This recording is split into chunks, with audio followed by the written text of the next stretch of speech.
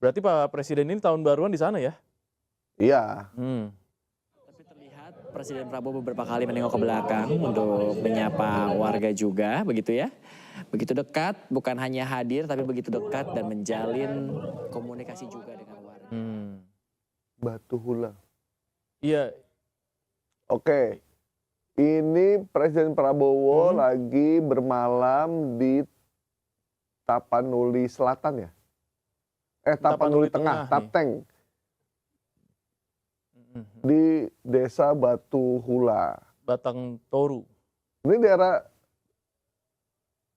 Ini daerah terparah di Tapanuli Tengah ya? Ya, yang Mas Gaib kena ya? banjir yang ya. terkena banjir bandang dan juga longsor.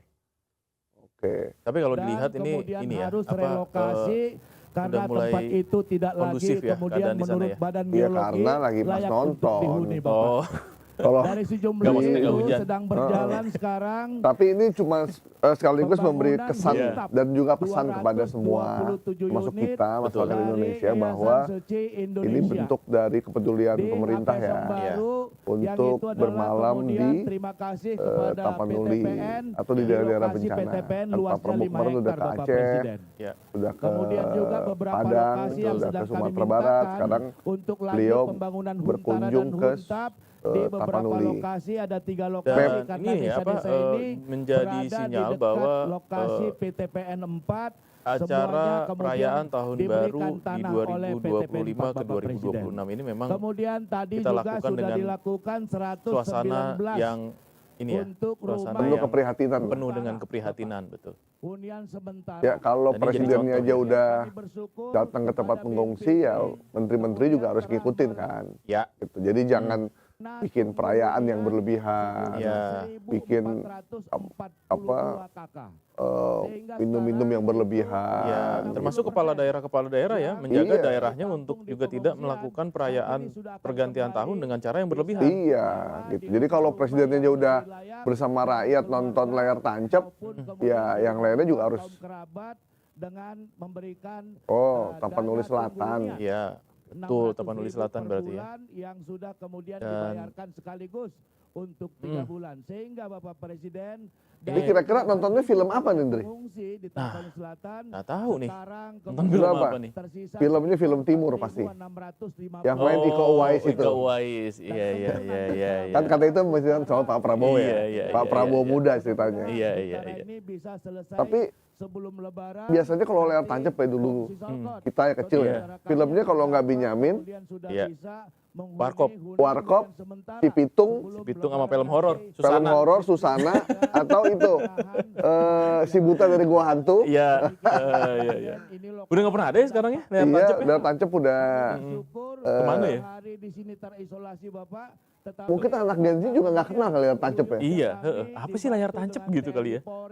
Semua korporasi Oh, di Bogor Oh masih di banyak. Bogor masih ada di Masih ada? Bogor, masih ada di Bogor. Masih banyak yang nonton ya? membuka lokasi longsor. Layar Ini Pak Prabowo didampingi oleh Menhan Safri Samsudin ya. Ya, betul. Hari kedua sudah kami bisa tembus kemari. Ada Menteri Menko Infrastruktur, Ya, Bapak AHY, dan juga Menteri Dalam Negeri, Terbuka Bapak. Bapak Tito Tito Karnavian. Karnavian. Kerja keras dari Gubernur ada juga Sumut, kepada kami. Bobi Bobi Nasution, Nasution, Terima kasih. dan juga Panglima TNI. Panglima TNI. Saudara-saudara kami yang kemudian begitu Wakil Panglima Panglima. TNI. di 4 desa Jenderal Tantio. Baroga, Huta Goda, Tandio. Tandio. Kemudian Aik Ngadol, lalu di sini aman ditampung langsung Bapak oleh saudara-saudara kami di sini. Mendengarkan paparan masyarakat dari kami yang warga nih terdampak. kayaknya Oh, nih. ini paparan bagaimana melakukan rehab dan rekon di Tapanuli. Saya kira Selatan. di beberapa Selatan. lokasi lain juga ada 3 tungku sajarangan misalnya di Minang. Saya kira maknanya adalah gotong royong. Ini Bupati kali ya? Iya. Keindonesiaan kita saya kira yang Nah, terus kita ini kembangkan, baik kita di berharap Papua ya, Selatan dan di seluruh Indonesia, para bupati semua maupun komponen siapapun yang negara bertugas sudah di hadir, sana, Bapak. Di hari ketika pertama, Presiden hadir, Teddy menelepon saya, sampaikanlah apa adanya. Betul. Itu apa adanya sampaikan. Jangan ketika presiden hadir semuanya dibikin bagus. Ya. Listrik diadain, telekomunikasi diadain, tenda-tenda diadain. Nanti begitu presiden pulang ditarik lagi. Nah itu yang Kembali seperti semula ya. ya itu yang tidak mencerminkan yang seharusnya. Karena presiden harus mendapatkan informasi yang utuh apa adanya. Ya. Karena kalau presiden hanya mendapatkan yang hanya menyenangkan doang, ya, akhirnya kebijakannya pun juga jadi salah. Gitu. Iya, misleading ya. Jadi itu ada satu ini, Indri, ada satu istilah atau pepatah gini. Lebih baik, ini ada seorang pemimpin ngomong begini. Iya. Lebih baik lebih baik kau bunuh aku dengan kebenaranmu daripada kau menyenangkan aku dengan kebohonganmu. Dibilang Jadi kebenaran yang pahit itu justru jauh lebih baik. Lebih baik gitu. Gak apa-apa gue mati, yang penting lo kasih info yang benar daripada gue hidup seneng, tapi ternyata semua info yang gue dapetin tuh salah semua. Gitu. Sehingga ketika dapet info yang salah, maka dia membuat kebijakan yang salah juga dan itu buat dia menderita sebenarnya. Iya. Gitu. Dan merugikan banyak pihak pada akhirnya karena kebijakannya yang salah. Iya, gitu. Kan. Nah, itu yang harus dilakukan oleh semua menteri, semua kepala daerah. Kita dengarkan Mas Gaib, Pak Prabowo ini mau pidato. Oke, kita bisa naikin nggak suaranya? Bismillahirrahmanirrahim. Assalamualaikum warahmatullahi wabarakatuh. Kita dengerin Pak Prabowo berpidato ya. Salam sejahtera bagi kita sekalian. Shalom, salve om swastiastu, namo buddhaya, salam kebajikan. Yang saya hormati dan yang saya cintai, rakyat Desa Batu Hula, Kecamatan Batang Toru, Kabupaten Tapanuli Selatan. Bapak Gubernur Sumatera Utara, Bapak Bupati Tapanuli Selatan, saudara-saudara sekalian, saya hari ini datang ke sini tadi didampingi beberapa pejabat, beberapa pembantu saya, beberapa menteri Menko Infrastruktur, ya, Saudara Agus Harimurti Yudhoyono, ya, Saudara Menteri Pertahanan Jenderal Safri Samsudin, kemudian Menteri Dalam Negeri Pak Tito Karnavian, ada Menteri Dalam Negeri, Menteri Luar Negeri pun hadir, Saudara Sugiono, beliau lahir di Takengon, Aceh. Tadinya saya ingin berangkat ke Aceh, tapi karena cuaca akhirnya dialihkan. Saya akhirnya datang ke Tapanuli Selatan. Kemudian juga hadir Menteri Sekretaris Negara, Saudara Prasetyo Hadi. Beliau dari Jawa Tengah, orang Ngawi ya, benar Ngawi. Hadir juga Kepala Badan Komunikasi Pemerintah, Saudara Angga Raka Prabowo, namanya Prabowo juga, tapi bukan saudara langsung. Rupanya nama Prabowo itu banyak juga ya rupanya. Hadir juga Sekretaris Kabinet Saudara Teddy Indrawijaya. Oh ya udah nggak apa-apa, ini live udah 2 biji Prabowo di sini. Kita tutup. Kok yang teriak itu emak-emak semua ya? Gimana? Kita nggak usah ikutin ini. Jadi saudara-saudara sekalian, tentunya kita selalu bersyukur kehadirat Allah Subhanahu wa taala, Tuhan Maha Besar, Maha Kuasa. Kita masih diberi kesehatan. Kita tentunya berdoa terus bahwa Yang Maha Kuasa akan memberi yang terbaik untuk kita. Kita menghadapi kesulitan, kita menghadapi musibah, kita menghadapi tantangan, tapi kita harus terus semangat, ikhlas. Kita harus terus kuat, tegar jiwa kita, dan yang paling penting tadi, kita harus gotong royong, kita harus bersama-sama menghadapi kesulitan.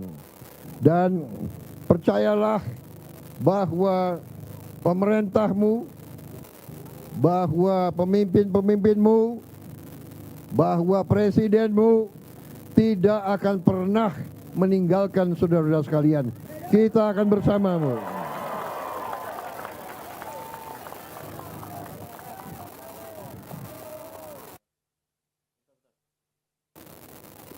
Pembantu-pembantu saya terus-menerus kita bergantian, saya tugaskan untuk menteri-menteri semua berpencar, mengecek, melihat,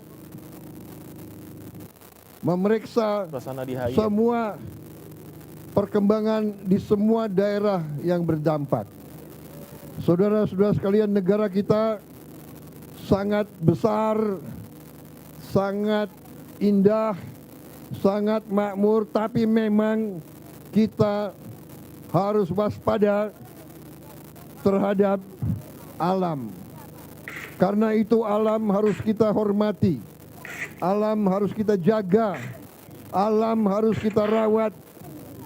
Tidak boleh kita rusak alam, tapi kita waspada karena memang alam itu sering memberi tantangan dan cobaan bagi kita semua. Saudara-saudara sekalian, saudara-saudara harus percaya dan yakin bahwa pemerintahmu dengan segala kekuatan yang ada, kita bertekad untuk membantu mengatasi kesulitan-kesulitan rakyat. Itu tujuan dari pemerintah Republik Indonesia. Itu tugas kami. Kami dipilih oleh rakyat untuk bekerja untuk rakyat. Dan karena itu saya memutuskan sampai titik aja, sampai titik. Di pergantian tahun ini saya harus bersama rakyat kita yang dalam kesulitan. Tenang. Saudara-saudara sekalian. Ada pemimpinmu, ada presidenmu, ya kan? Saya tidak akan meninggalkan rakyat. Ya. Pembantu-pembantu saya pencar. Siap untuk menuntaskan persoalan. Ya. Negara kita adalah negara yang kaya. Ya. Ya. Ya, nggak apa-apa. Betul. Memang kan? mesti begitu ngomongnya. Iya. Ya. Betul. Pak Prabowo tampak lelah juga ya. Iya. Jadi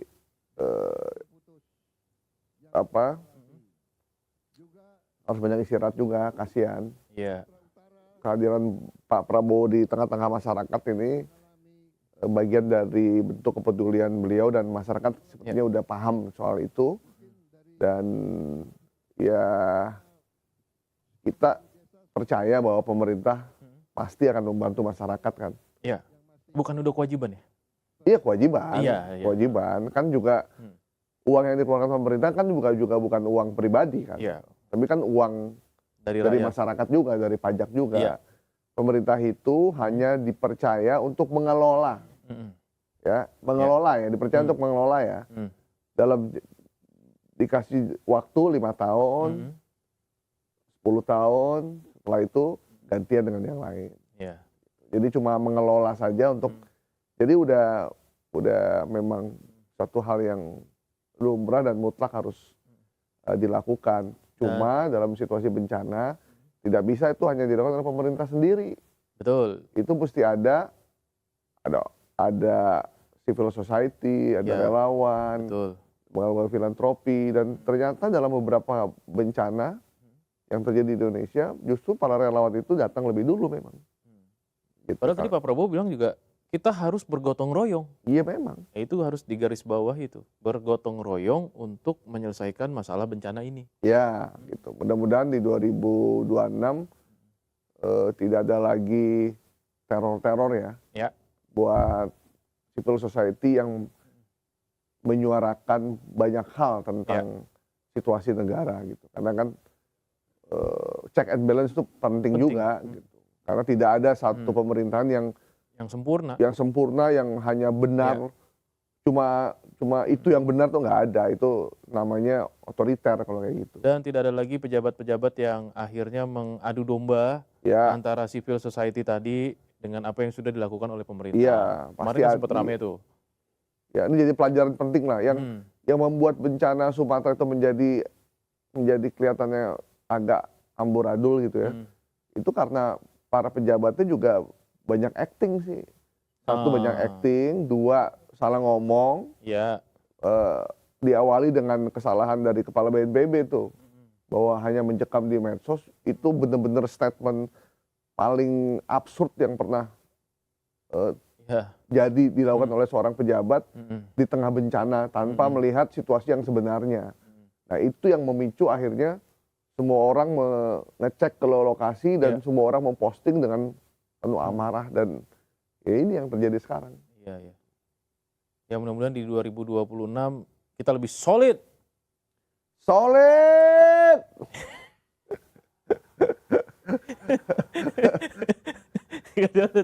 Tadi pagi kan ngirim stiker solid. Iya, negara kalau dikelola tidak dengan soliditas, rakyatnya tidak bersatu, civil society tidak bersatu, orang-orang pintar kampus nggak bersatu, ya nggak bisa, nggak mungkin yang dilakukan oleh negara pemerintah doang tuh nggak mungkin. Nggak mungkin. Ya betul. Nggak mungkin, nggak bakal bisa maju, nggak bakal bisa berkembang. Pemerintahan tanpa pengusaha nggak jalan. Gimana ceritanya? Iya. Nggak jalan. Iya. Ekonominya mandek. Mandek gitu. Jadi stagnan kalau kata pengamat. Iya, makanya kita saya dukung tuh statementnya Pak Purbaya bahwa uang itu harus nyampe ke masyarakat. Yes. Biar dikelola, biar masyarakat bisa menikmati uang itu. Gitu. Itu kalau istilah ekonomi namanya M0. Uang yang ada di kantong. Oh iya. Itu nggak boleh kering, harus basah. Harus ini, makanya. Jadi harus penuh terus. Tabungan-tabungan pemerintah yang ada di BI sama Purbaya diambil tuh. Ya. Taruh ke perbankan, biar perbankan bisa nyalurin. Gitu. Nah. Wah, 5 menit lagi nih kita udah diingetin. Ya, 5 menit lagi menuju tahun baru. Ya. Bedanya dulu sama sekarang. Ya. Kalau dulu orang-orang kayanya tuh ketika duit banyak, dia bikin perusahaan. Ya, dia bikin spendingnya di industri. Iya. Nah kalau yang sekarang orang kayanya itu lebih suka nyimpen di investasi. Dalam bentuk dolar, bentuk emas gitu. Dan itu diam, nggak muter. Nggak muter. Termasuk uang korupsi. Dulu walaupun korupsi di zaman Pak Harto, itu orang yang korupsinya itu duitnya dipakai buat bikin perusahaan. Ya, muter jadinya. Nah, jadi walaupun dia korupsi, duitnya dibikin perusahaan.